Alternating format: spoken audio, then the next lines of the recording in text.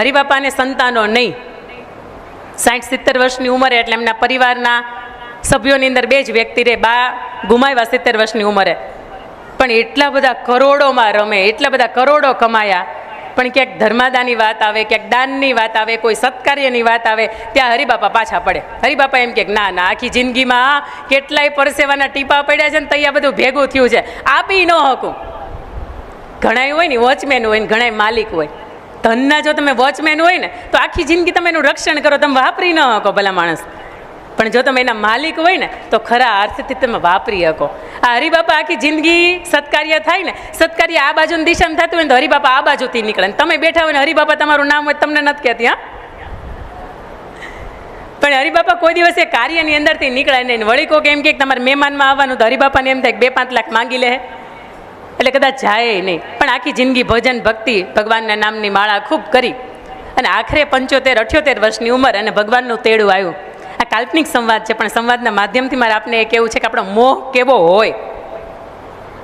અને ભગવાનનું તેડું આવ્યું ને ભગવાન કે હાલો હરિદાદા હવે હરિના આંગણે. બસ ભગવાન તેડવા આવી ગયા, બેહો બેહો, આપણા ગુજરાતી ને ભગવાનને બેહાડ્યા. ભગવાનને કે ભગવાન આખી જિંદગી તમારું સેવા કરી, તપ કર્યું, પૂજા કરી, અને એમાંય ભલું થયું, ભાંગી જંજાર, સુખેથી બચશું શ્રી ગોપાળ.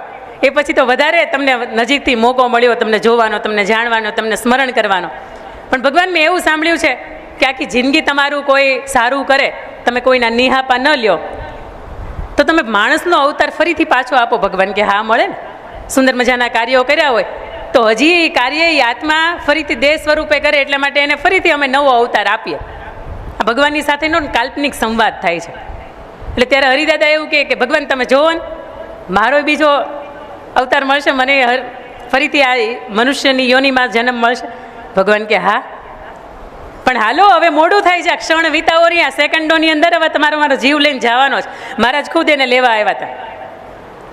અને ત્યારે હરિદાદા એવું કીધું કે બસ હવે અડધી જ સેકન્ડ મને આપો તમે, અને હું આવું તમારી યારે. જો ચપ્પલ તૈયાર તમારી સાથે આવવા માટેની, બસ મારી યાત્રાનો મેં થેલો કીધું એનો ભરી લીધો છે. આ થેલો કેનો ખબર છે? કર્મોનો. કોકના હૃદયની અંદર તમે જે ટાઢક વાવી છે ને એનો થેલો છે. અને હરિદાદા અંદર ઓરડાની અંદર ગયા, આખી જિંદગી કોઈને આપ્યું નહોતું. હા, કાંઈ આખી જિંદગી ક્યાંય વાપર્યું નહોતું.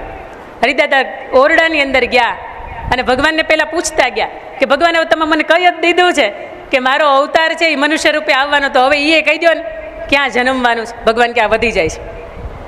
આખી જિંદગી તમે તપ કર્યું, સેવા પૂજા કરી, પણ હવે આ વધી જાય છે, આટલી બધી નિકટતા હારી નહીં. ભગવાને છતાં એના કાલ્પનિક સંવાદ હતો. ભગવાને એને કીધું કે તમારા કુટુંબ